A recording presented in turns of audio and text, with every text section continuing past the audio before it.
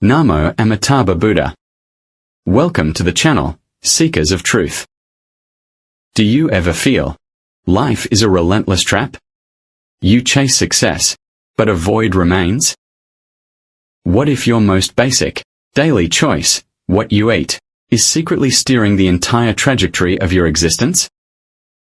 Today, we use reverse deduction to explore a choice that seems simple, yet holds profound cosmic weight: vegetarianism.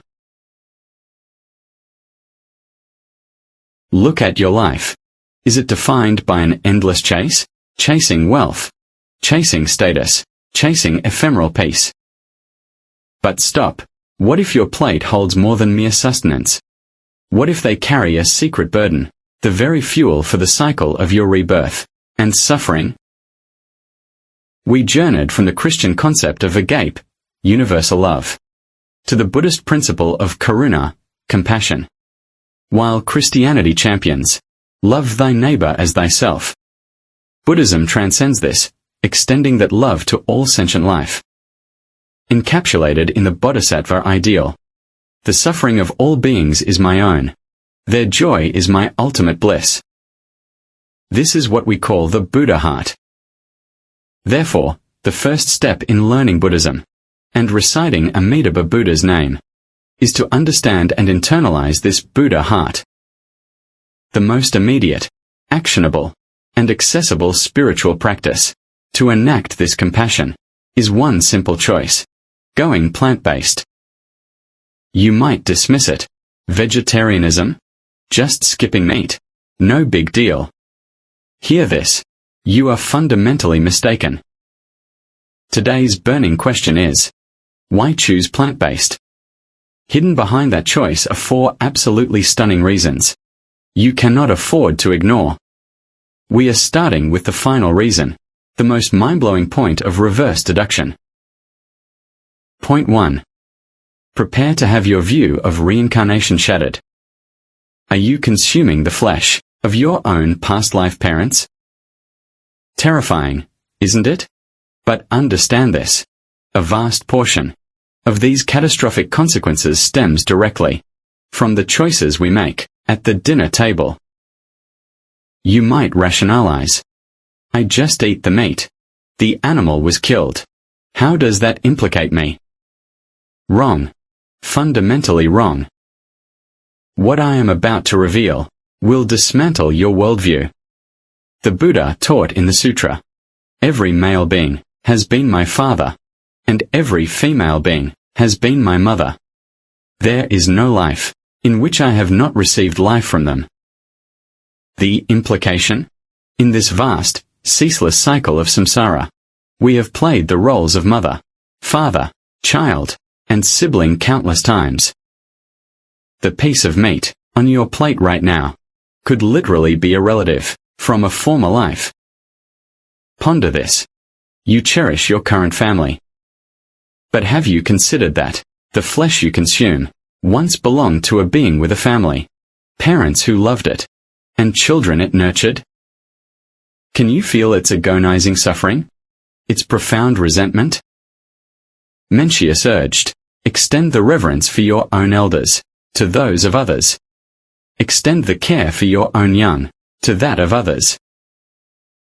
Confucius taught, do not impose on others what you yourself do not desire. The core mandate here is profound empathy, the ability to walk in another's path. So, when you eat meat, do you still believe it's just animal flesh? No. You may be consuming your past life mother, your past life father, your kin. Have you calculated this unfathomable karmic debt? This is not hyperbole. This is the deepest, most ironclad law of the universe. Point 2. Why does life keep failing you? The brutal reality of karmic entanglements. Have you ever questioned the relentless string of misfortune in your life? The Buddha declared in the Raggamestra, you owe me a life, so you shall repay me a life. I owe you a debt, so I shall repay you the debt. By this very entanglement of repayment, through countless eons, we remain bound to samsara. Consuming meat is not just a diet. It's a transaction of debt and payback between sentient beings. When we unjustly sever a life, we plant a seed of profound enmity that will inevitably mature. You consume them today. They consume you tomorrow. A life owed is a life paid. This relentless spiral is the root cause that chains us to the cycle of suffering. Only by forsaking the blade and protecting life can we stop this vicious karmic cycle and cultivate the seeds of compassion and ultimate liberation. When the heart turns to karuna, your debt begins to clear. Only when we sincerely invoke Amitabha Buddha's name and aspire to rebirth in the Pure Land do we truly begin the journey from suffering to bliss. Can you hear the deafening, agonizing screams from the slaughterhouse? That is the clamor of your countless creditors demanding payment. This reservoir of profound hatred saturates the very air we breathe, coalescing into an atmosphere of brutality. The true genesis of global catastrophes and relentless conflict. Is it possible that all the misfortunes and karmic obstructions you are encountering now are because you have eaten too many things you shouldn't have, accumulating too much unnecessary enmity? Is your entire existence currently being held hostage by these crippling karmic debts? Point 3. Are you truly compassionate? The most overlooked spiritual practice. Now that we grasp the gravity of consuming flesh, how must a true spiritual seeker respond? The answer is the Buddha heart, compassion, and vegetarianism is the most direct, immediate, and potent method to cultivate it. The Buddha heart is great compassion, Buddhism's profound teaching of unconditional kindness, and empathetic compassion means loving and protecting all life equally, transcending all barriers of kin and form. Our acts of generosity often require resources, but vegetarianism? Skip meat for just one meal, and you've performed a life release. You spare a life. This is the most immediate, tangible act of karuna. A daily plant-based diet is a daily accumulation of merit, of compassion, actively nurturing the roots of kindness and wisdom deep down within your soul. A common question arises. Plants are living beings too. Why are they permissible? Buddhism advocates vegetarianism based on two primary, critical distinctions. First, the principle of compassion. Animals possess sentience and experience terror and agonizing pain during slaughter. A true seeker cannot bear to inflict this suffering. Echoing the Confucian wisdom, seeing its life, one cannot bear to see its death. Second is the reality of samsara, reincarnation. All beings in the 6 realms are potential past kin, or even karmic adversaries. Consuming flesh, therefore, is not merely an act of unbearable cruelty, but an act of profound and terrifying daring. While plants are living, they lack both sentience and the conscious mind, laya vijna, that binds beings to the cycle of reincarnation. Therefore, consuming them bypasses these profound karmic issues. Point 4. Plant-based living is compassion's genesis, not its destination. Have you ever thought, I skip meat.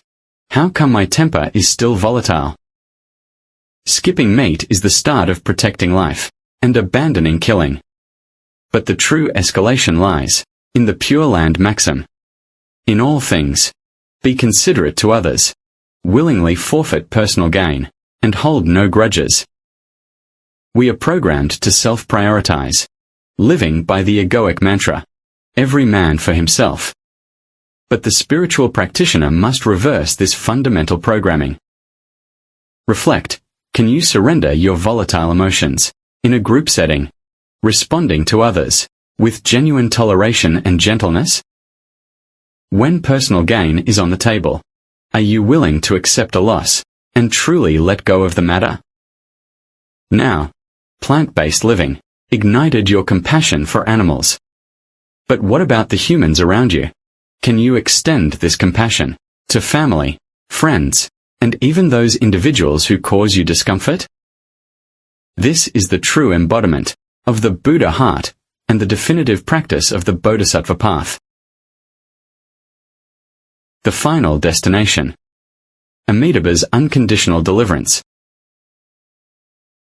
But what is the ultimate, non-negotiable goal of our spiritual seeking? We are all painfully aware of the anguish of samsara in this saha world, and the nearly insoluble knots of karmic enmity. To break free from all this using only our limited, weak strength is virtually impossible. At this moment, what we need the most is Amitabha Buddha's unconditional deliverance. His solemn great vow is the promise that through the recitation of his sacred name, Namo Amitabha Buddha, he will ferry us, the lost and confused, across the bitter ocean of this saha world. The land of ultimate bliss, an eternal home free from worries and anxieties. Amitabha Buddha not only guides us towards compassion but, through his inconceivable vow power, unconditionally assures our rebirth into that sublime, peerless Pure Land. What awaits us there? A stainless Buddha realm utterly free from pain, free from hatred, and untouched by birth, aging, sickness, and death. There is only limitless light and limitless life, allowing for eternal repose and perfected spiritual practice. Act now. Your choice determines your future. Today, through reverse deduction, we have systematically unveiled the profound truth behind why plant-based, from karmic debt, the urgent practice of compassion, to a higher bodhisattva ideal. You now know, vegetarianism is not a mere diet. It is a critical, life-altering decision that shapes your current life and karmic future. If confusion still shadows you, if you yearn for effective change, if you seek to amass merit and transcend suffering, then take the leap today.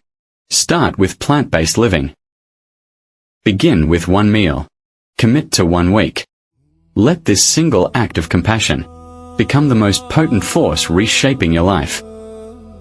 May we all cultivate a compassionate heart, believe in the Buddha, recite Amitabha Buddha's name, and ultimately be reborn in the land of ultimate bliss. Namo Amitabha Buddha. You consume more than just a meal. Within it hides the pains of samsara. Your parents and loved ones from past lives could be in it. With one thought of compassion, let go of cruelty. Namo Amitabha. One chant of the Buddha's name, the light always shines. Namo Amitabha. A vegetarian heart lights up the future. No new haters or creditors created. Compassion grows a gentle taste of grace. Start changing the world one meal at a time. Your choice decides the world's fate. Namo Amitabha. One chant of the Buddha's name, the light always shines. Namo Amitabha. A compassionate heart lights up the future. May we all be free from suffering and obtain true joy.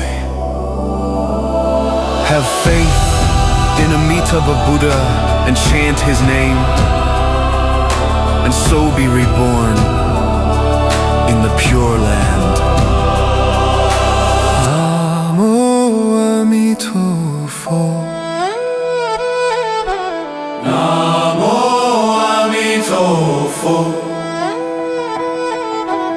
Namu